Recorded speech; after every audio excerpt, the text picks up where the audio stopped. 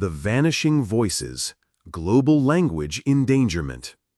The linguistic landscape of our planet is one of astonishing diversity, boasting approximately 7,139 known living languages. However, this rich tapestry is rapidly unraveling. Experts estimate that nearly half of the world's languages are currently endangered, with projections suggesting that between 50% and 90% could disappear by the end of this century. This precipitous decline is not merely a numerical reduction. It represents an immeasurable loss of unique cultural heritage, knowledge systems, and human cognitive diversity. Understanding the multifaceted causes of this endangerment, its profound consequences, and the burgeoning efforts to mitigate its impact is crucial for appreciating the gravity of this global phenomenon. The primary drivers of language disappearance are complex and interconnected, often stemming from socio-political and economic pressures. Globalization plays a significant role, as dominant languages such as English, Spanish, Mandarin, and Arabic become increasingly indispensable for economic opportunity, education, and access to global media. This creates a powerful incentive for speakers of minority languages, especially younger generations, to shift to more widely spoken tongues. For instance, in many parts of Africa and Asia, rural populations migrate to urban centers where the national or international language is paramount for employment and social integration. Furthermore, historical factors like colonialism and political marginalization have systematically suppressed indigenous languages, often through forced assimilation policies in education and governance, as seen with many Native American languages in North America or Aboriginal languages in Australia. Natural disasters, armed conflicts, and pandemics can also decimate small language communities, disrupting intergenerational transmission and leading to irreversible decline. The cultural consequences of language loss are profound and far-reaching. A language is not merely a collection of words. It is a repository of a community's entire historical experience, philosophical insights, and ecological knowledge. When a language dies, the unique worldview embedded within its grammar, vocabulary, and narrative traditions often perishes with it. For instance, indigenous languages often contain highly specific terminology for local flora and fauna, traditional medicine, and agricultural practices, knowledge that is invaluable for understanding biodiversity and sustainable living. The loss of language also signifies the erosion of oral traditions, ancestral stories, songs, and ceremonies that are integral to cultural identity and community cohesion. Professor Ken Hale, a renowned linguist, powerfully articulated this, stating, "When you lose a language, you lose a culture, a spiritual, complete way of looking at the world." The disappearance of linguistic diversity thus diminishes humanity's collective intellectual heritage and limits our capacity to comprehend the myriad ways in which humans have adapted to and interpreted their environments. Despite the daunting scale of language endangerment, there are growing efforts worldwide to document, revitalize, and preserve these linguistic treasures. Linguists, anthropologists, and community activists are collaborating on initiatives ranging from intensive documentation projects, creating dictionaries, grammars, and recordings, to active revitalization programs. In Hawaii, for example, the Aha Punana Leo immersion schools have played a pivotal role in bringing the Hawaiian language back from the brink of extinction by establishing native speaker communities and ensuring intergenerational transmission. Similar efforts are underway for Maori in New Zealand and various Sami languages in Northern Europe. Technology is also proving to be an invaluable tool, with language learning apps, online dictionaries, and digital archives making materials more accessible. Governments and international organizations are increasingly recognizing the importance of linguistic diversity, with some nations implementing policies that grant official status or provide funding for minority languages. However, the ultimate success of these initiatives hinges on community commitment, consistent funding, and the creation of environments where endangered languages can thrive as living, breathing forms of communication rather than merely academic curiosity. Welcome to the Deep Dive. This is the show where we take the sources you bring to the table, articles, notes, maybe some research you flagged, and, well, we dive deep. We sift through it all, pull out the really key stuff, the insights, maybe connect some dots, aiming for those aha moments that leave you feeling, properly informed. And today, we're looking at something. Well, it's unfolding, perhaps more quietly than some crises, but the implications are huge. You've sent over a passage called The Silent Vanishing, the Global Crisis of Endangered Languages. And along with that, you had some specific comprehension questions and a list of verbs, phrasal verbs too, that caught your eye in the text. So our mission, using just this material you've given us, is to really unpack its core message. What exactly is this crisis? Why is it happening? What are the consequences? Why should we care? And crucially, what does the text actually say is being done about it? Let's get into it. Yeah, let's do it. And the passage really sets the stage quickly. It doesn't mess around. It frames this against, our increasingly interconnected world, but it points out this kind of overlooked crisis happening alongside all that connection. The speeding up of language loss, linguistic diversity vanishing. And it stresses right away that languages are, well, they're much more than just tools, right? For just talking. The text calls them intricate repositories of human thought, history, and unique cultural heritages. That phrase really sticks, doesn't it? Intricate repositories. It elevates them immediately. Definitely. And then, bam, the numbers hit you.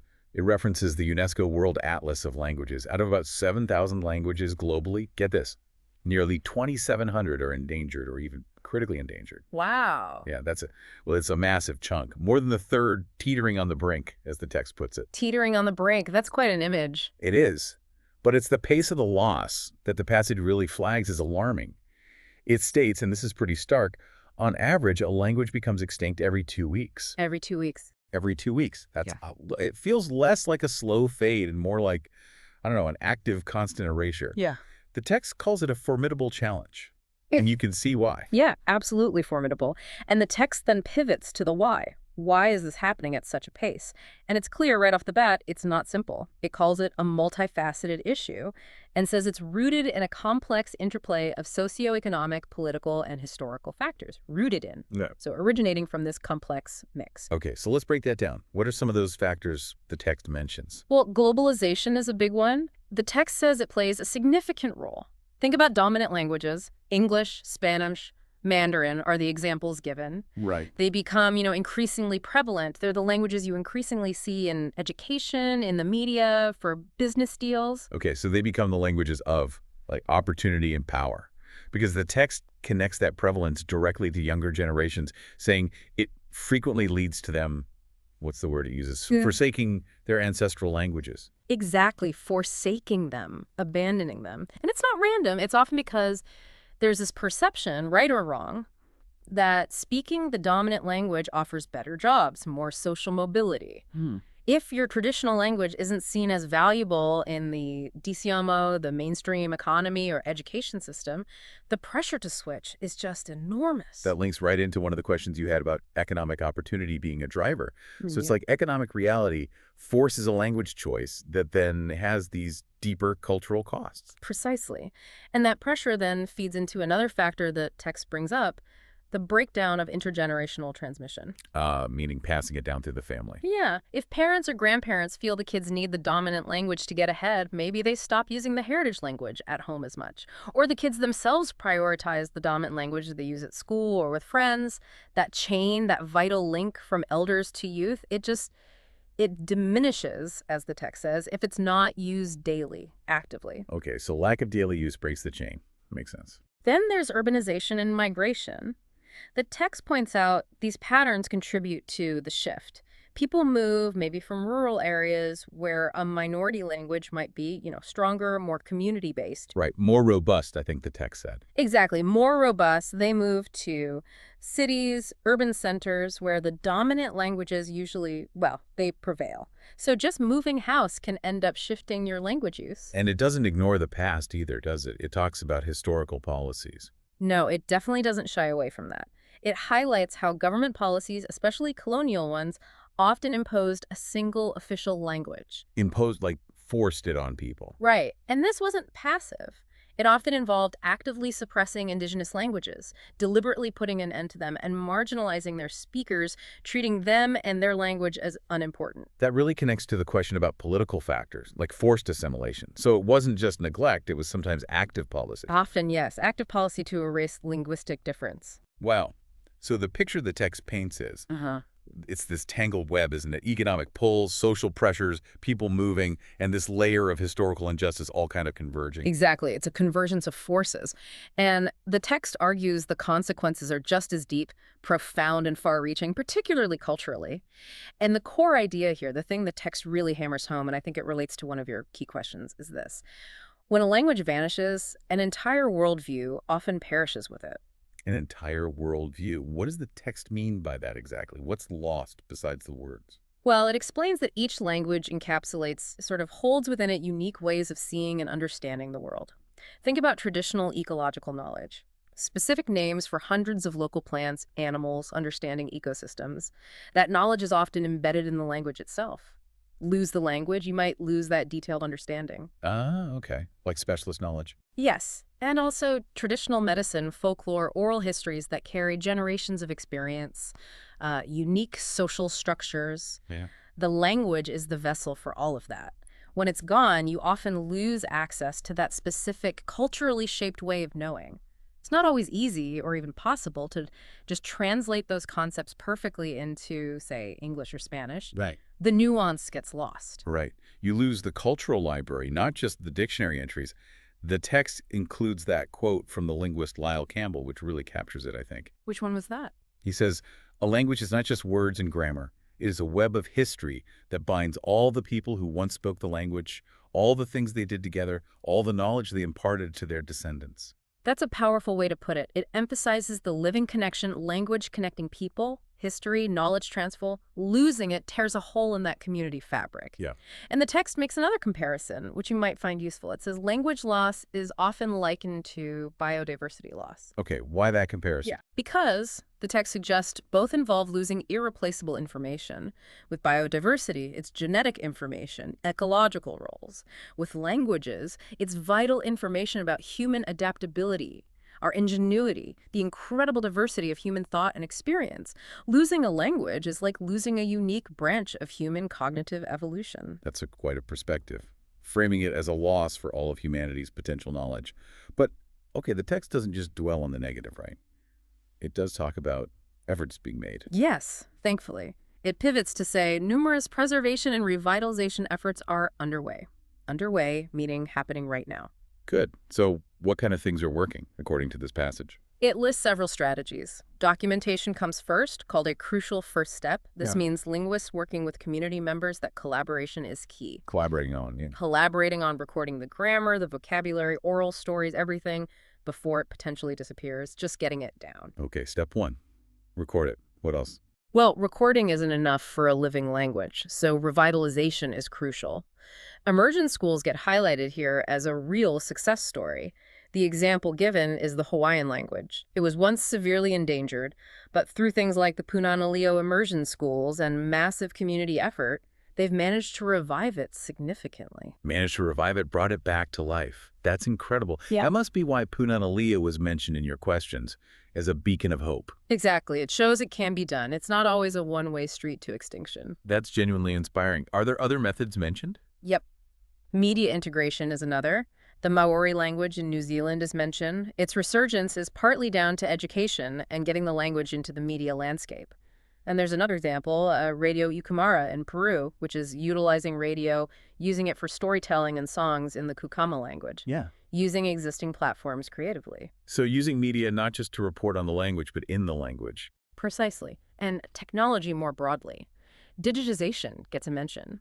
Organizations like African Tongue are working to digitize endangered languages, like NUU converting materials into digital formats for preservation and access. Ah, so technology, which might be part of the problem via globalization, can also be part of the solution. It seems so. It's presented as a tool that can be harnessed. Other things mentioned include creating new writing systems, like the Santali language in India has benefited from its Olchiki script, and really importantly, efforts focusing on intergenerational teaching. The Ainu people in Japan teaching their youth that underscores or emphasizes how vital that direct elder-to-youth transmission is. Passing it on directly. Yes. And finally, community-led projects like in Papua New Guinea and Vanuatu that focus on documenting specific knowledge, like environmental knowledge, in the indigenous languages, tying language preservation directly to preserving unique cultural knowledge. It really sounds like the successful efforts involve a mix of things, but the common thread seems to be strong community involvement and leadership. That's definitely the strong conclusion the text points to. It wraps up by saying, this fight is ongoing, it's vital, and it requires sustained commitment. From governments, institutions, yes, but most importantly, the text says the communities themselves. It states the success ultimately hinges on their commitment. Depends entirely on it. Hinges on community commitment. That feels central. And it directly addresses that question you had. It's not about outsiders swooping in, but supporting the community's own drive. Exactly. Empowering the speakers themselves. Which brings us back to why we did this deep dive based on your materials. The text makes such a strong case that every single language holds a unique key to human understanding and cultural richness. Losing even one diminishes our collective human heritage. So preserving them isn't just about nostalgia. The text frames it as safeguarding something essential about humanity. That really seems to be the main purpose conveyed here. Absolutely. So maybe a final thought, drawing from everything in this passage. If globalization, this increasing interconnectedness, and the technologies that drive it are major factors contributing to language loss, Right. how could those very same forces, that global reach, that tech connectivity, be flipped? How could they be harnessed more effectively, more equitably, to actually support the revitalization? To support daily use, transmission between generations, and the dynamic future of these languages worldwide? That's a challenging question. Using the forces of homogenization to instead support diversity. Lots to think about there. Definitely. Well, this has been incredibly insightful. It's a crisis that often happens out of sight, but the stakes are clearly enormous. Thank you so much for bringing these sources to us for this exploration today, and thank you for joining us on the deep dive. We hope this look into the silent vanishing of languages has given you plenty to consider. We'll catch you next time.